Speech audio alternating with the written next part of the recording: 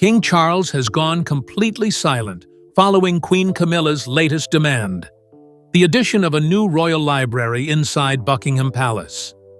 While Camilla frames it as a cultural legacy tied to her literacy work, insiders say the king is deeply uneasy about the optics, timing, and cost. His lack of public support has sparked growing tension behind palace walls. In a monarchy built on symbolism and unity, Charles's silence is now louder than any royal statement. Charles goes silent after Camilla's latest demand.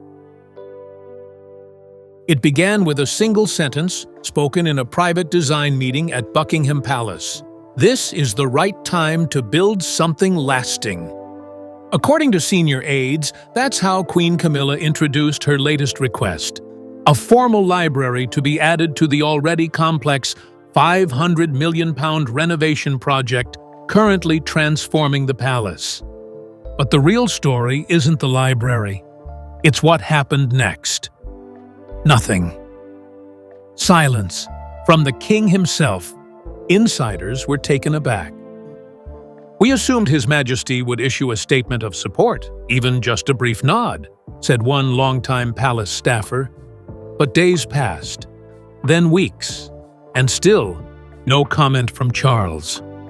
Not during his engagements, not through press briefings, not even in offhand remarks to trusted journalists. For a monarch who has spent decades shaping his public image around transparency, dialogue, and forward-facing leadership, the silence is deafening. "It's a signal," one former courtier shared. "It tells us he's not fully on board, but he's choosing not to say it directly." Camilla's camp, however, has not slowed down. She's reportedly framed the library as a cultural legacy project, one that reflects her years of championing literacy across the UK. "This would be a national symbol," a friend of Camilla's told reporters. "Not a luxury, a message." And yet, Charles remains still, not combative, not dismissive, just quiet. Which, in royal terms, is often the loudest response of all. That silence is now the subject of growing speculation, within the palace and far beyond its gates. What Camilla asked for: adding a library to the palace. The Queen Consort's proposal is striking in its ambition. Camilla is asking for a brand new architecturally significant library to be added inside Buckingham Palace. Not a small room or symbolic space, but a formal, staffed library that would serve as both an archive and a venue for public literacy initiatives. For context, Buckingham Palace hasn't had a major royal library since King George IV donated his own to the British Museum in the 19th century. Camilla reportedly believes it's time that changed. "A palace without a library is a palace without memory," she is said to have told a team of advisors. The request is tied directly to Camilla's public work. Over the years, she's built her image around the causes of reading, education, and cultural engagement, from her work with children's literacy groups to launching the Queen's Reading Room. Those close to her say this library would be the physical legacy of that work. And yet, for all its noble framing, the proposal came at a tricky time. The palace renovation is already under scrutiny due to its massive taxpayer-funded costs. Adding a major structural element, one not originally approved, throws an unpredictable weight into the planning. "It's not just about the idea," a palace planner explained. "It's about timing, money, and precedent. Requests like this are usually made quietly, years in advance. This felt sudden." Even so, Camilla reportedly stood firm. In meetings, she described the library not as her personal wish, but as a contribution to the future of the crown. "She truly believes in this," said one insider. But belief doesn't always mean approval. As her request moves into the public eye, all attention has shifted to the one person who hasn't said a word: the king. Charles's silence, a strategic reaction. For anyone who has followed King Charles over the years, his silence now is not being read as inaction. It is being read as intention, a deliberate pause, a quiet line drawn in the sand. Throughout his decades of public life, Charles has learned that words carry weight, but silence can echo even louder. His instinct is not to rush. He calculates the ripple effect of every gesture, every phrase. And now, as Queen Camilla publicly presses for a grand new library within Buckingham Palace, Charles's choice to say nothing has become a statement in itself. "He knows the cost of speaking too soon," said one senior courtier. "And he knows the cost of speaking too honestly." This silence isn't because he's unsure. It's because he's deciding how far he's willing to go. Sources close to the king say he's aware of how delicate the situation has become, not just in terms of royal tradition, but in the wider national climate. With the palace renovation already drawing criticism over its near £500 million cost, adding a large new space for cultural legacy, no matter how well-intended, invites scrutiny. He's deeply uncomfortable with how this looks, one insider admitted. A library built during a cost-of-living crisis? He fears it could fracture public trust. And yet, Charles is equally conscious of the personal stakes. Disagreeing openly with Camilla, especially on a project so connected to her public identity, risks painting the monarchy in conflict. "It would be more than a policy difference," said a former palace official. "It would be seen as a crack in the foundation." That's the tightrope Charles now walks, protecting the dignity of the monarchy, maintaining the image of unity, and still upholding his own sense of duty and restraint. It's a balance he's trained for all his life, but one that may now be tested as never before. Adding to the tension is the growing pressure for a public position. In recent years, Charles has become known for his willingness to speak plainly about societal issues: climate change, interfaith dialogue, national service.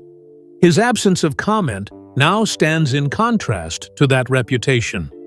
"People expect clarity from the king," said a royal journalist. And right now, silence feels like avoidance. Even within palace walls, some aides are divided. A faction believes Charles should endorse the library quietly to keep the waters still. Others urge him to delay indefinitely, hoping the proposal fades from the spotlight. But neither approach solves the core problem. The public already senses there's a deeper disagreement beneath the gold ceilings. And then there's the comparison no one dares say out loud, but everyone senses. William and Catherine, the Prince and Princess of Wales, have made it a rule to move in unison.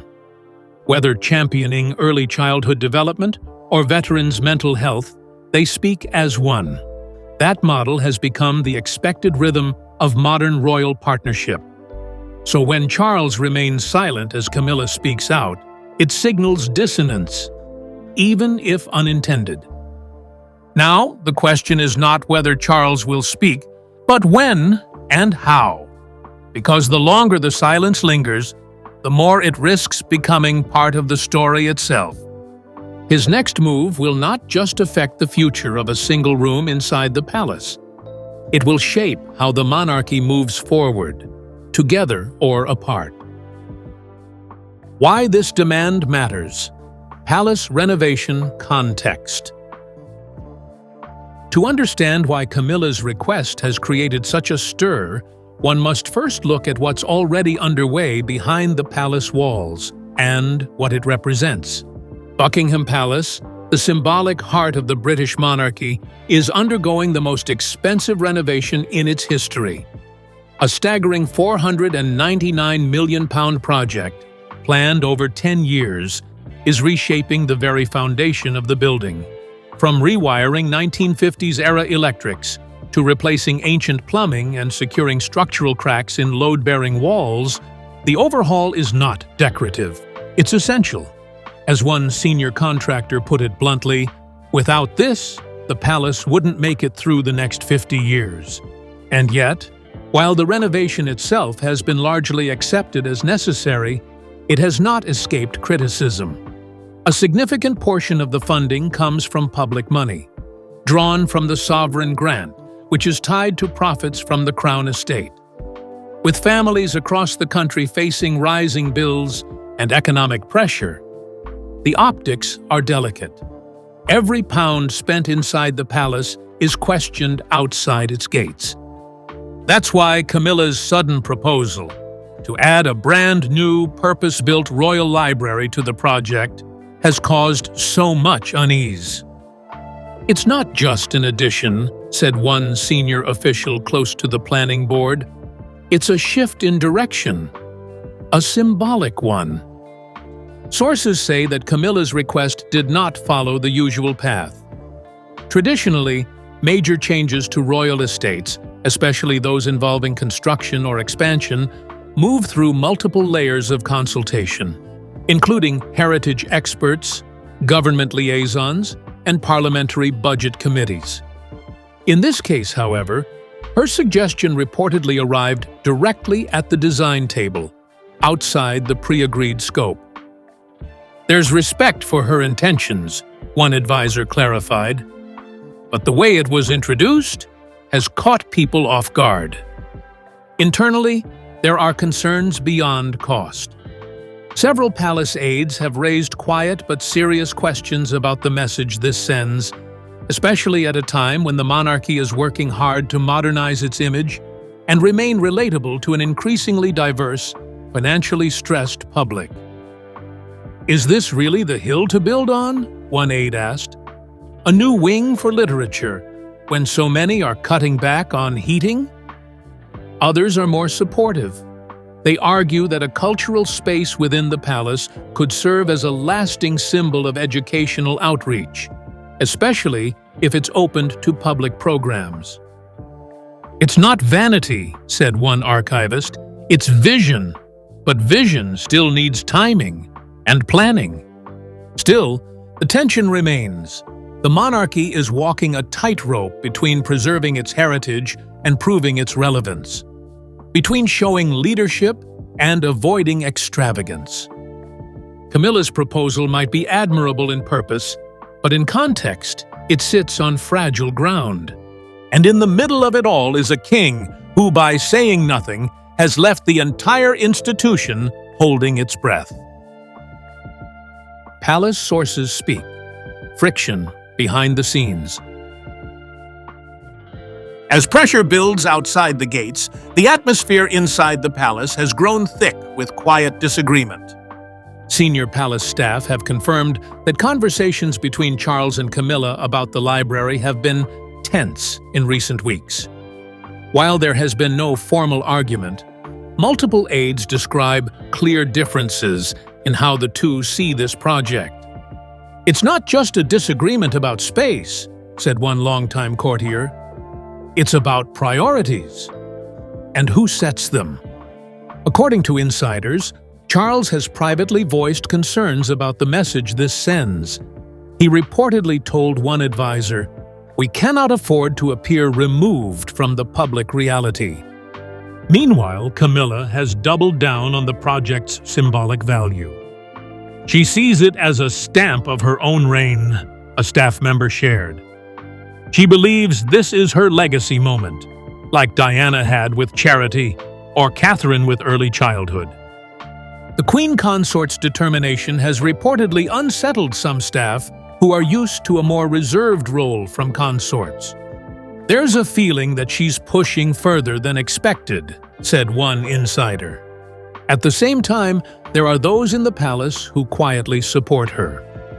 "She's not asking for a ballroom," said one archivist. "She wants books. She wants learning." That's hard to criticize, but the way it's being handled is the issue. As the days go on, staff meetings have become increasingly careful. Communications teams are reportedly unsure how to shape a unified message. "It's hard to stand behind silence," one media officer said. "Eventually, someone has to say something." That moment, it seems, is approaching, whether the king is ready or not. Public and media reaction. Growing controversy. As soon as news of Camilla's request surfaced and Charles's silence was confirmed, media outlets moved fast. What began as a quiet design conversation inside palace gates had turned into a national headline, sparking waves of public commentary and debate. Newspapers ran contrasting headlines. Some praised Camilla's ambition, a literary queen for the future. Others were more skeptical.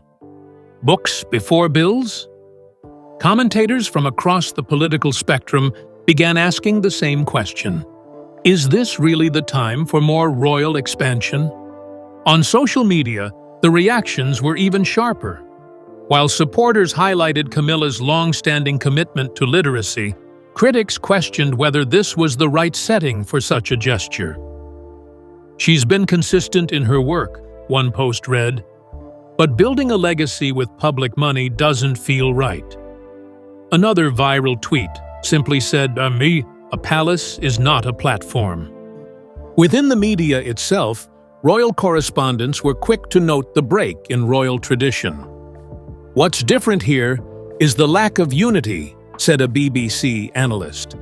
"In most joint initiatives, we see a united front, at least for the public. Charles saying nothing has left Camilla standing alone." And yet, despite the pushback, some outlets defended the idea. They pointed out that Camilla's reading programs have touched thousands of schools and families, and argued that building a permanent space for that cause made sense. "Legacy matters," wrote one columnist. "If the monarchy can evolve through service, this could be part of that journey."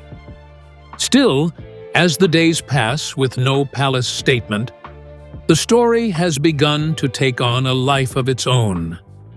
"Silence invites speculation," said a former royal press officer. And speculation is harder to control than facts. The pressure is building, not just on Camilla, but on the king. And the longer the silence stretches, the more public the private tension becomes. Camilla's public persona versus behind the scenes reality. For years, Queen Camilla has kept a consistent tone in public. Warm, calm, understated. She's shown steady dedication to her causes: literacy, domestic violence prevention, and heritage, but always with measured words and a soft-spoken approach. That's why this moment feels different. According to insiders, her push for the palace library has been far more direct than previous efforts. She's usually diplomatic. She knows the tempo of royal life, said one longtime aide. But on this, she's been clear. She wants it, and she wants it now. The shift has surprised some staffers. "This isn't the Camilla we usually see," noted one official. "She's not angry or emotional, but she's firm, determined." It's rattled a few rooms. In public, she remains poised. Her recent engagements have shown no sign of the ongoing tension, and she has not commented publicly on the proposal. But behind the scenes, sources say she's been working to build support among cultural institutions and even approaching independent funding options to ease financial concerns. "She's not backing down," one source said. "She's finding other ways forward." Still, there's a question hanging in the air. How far should a consort go? Royal tradition has always cast the queen consort as a supporter, not a decision-maker. Camilla's recent actions, though rooted in good intent, are testing those boundaries. "She's not overstepping," argued one supporter. "She's stepping forward." Whether the public sees it that way remains to be seen, But the lines between tradition and modernity are now clearly under review. Charles's silent strategy, reading between the lines. King Charles has always believed that silence can be powerful. And now, as Camilla's library request plays out under growing scrutiny, it's becoming clear that his silence is more than just hesitation. It's a message in itself. Privately, several insiders have described the king as deeply thoughtful about how this moment will shape not only public opinion, but also internal royal dynamics. He's not angry, one close friend shared, but he's cautious, and he knows the palace is watching how he handles this. Some have interpreted his lack of comment as quiet resistance, a way to express disagreement without causing a public divide. He's avoiding conflict in the press, said a senior communications advisor, but he's also making clear that this isn't a done deal. This is not the first time Charles has used silence as strategy. Throughout his decades as Prince of Wales, he often allowed tensions to settle in private before taking action. "He waits," said one former aide. "He listens, then moves." But there's more at stake now. The king is not just a family figure, he is the crown. His response, or lack of one, sets precedent. And in this case, every day of silence draws more attention to the possibility that he and Camilla are not aligned. Behind closed doors, there are whispers of compromise. Perhaps a scaled-down version of the library, or a separate building under royal patronage.